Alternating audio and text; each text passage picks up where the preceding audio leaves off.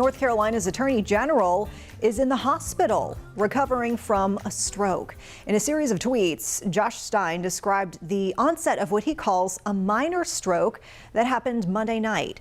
Now, he says he feels back to normal now. He has no lingering effects, but his doctor wants him to rest. The 55-year-old said that doctors removed a small blood clot. You know, this comes just days after Stein said that he had tested positive for the coronavirus. Some of you have questions about how much of that played a role in the stroke, among other things. Our Verified team is tackling 3 big claims tonight.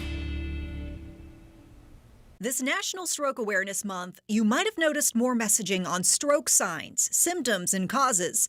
And right now, we're addressing some of the main claims about the condition.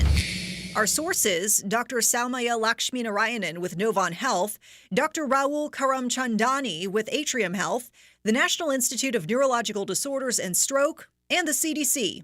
First, is there a correlation between coronavirus and stroke? We'll remind you, a stroke is a loss of blood flow to part of the brain, and doctors say the virus can contribute by causing inflammation in the body.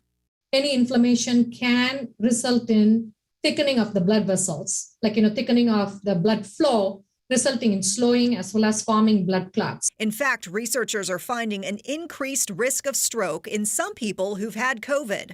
So we can verify, yes, there are correlations between COVID and strokes, but researchers want more data on why.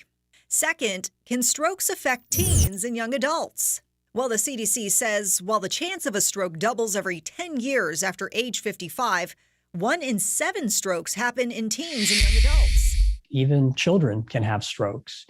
When younger people have strokes, we look for sometimes the less common causes. So not just things that I mentioned earlier, like blood pressure, cholesterol, diabetes, but sometimes, again, those less common things. And there are other risk factors too, like smoking, diabetes, and obesity that can increase someone's likelihood of having a stroke. So we can verify, yes, strokes can affect teens and young adults. Finally, can you prevent strokes? Well, we've mentioned some of those risk factors like obesity and high blood pressure. Doctors say in most cases, controlling those helps. Embracing the healthy lifestyle, we can prevent majority of the strokes and at least try to streamline and get on the right medications to prevent recurrent strokes. So we can verify, yes, a majority of strokes are preventable. Have questions for our Verified team? We love hearing from you. Send a message to the address on your screen.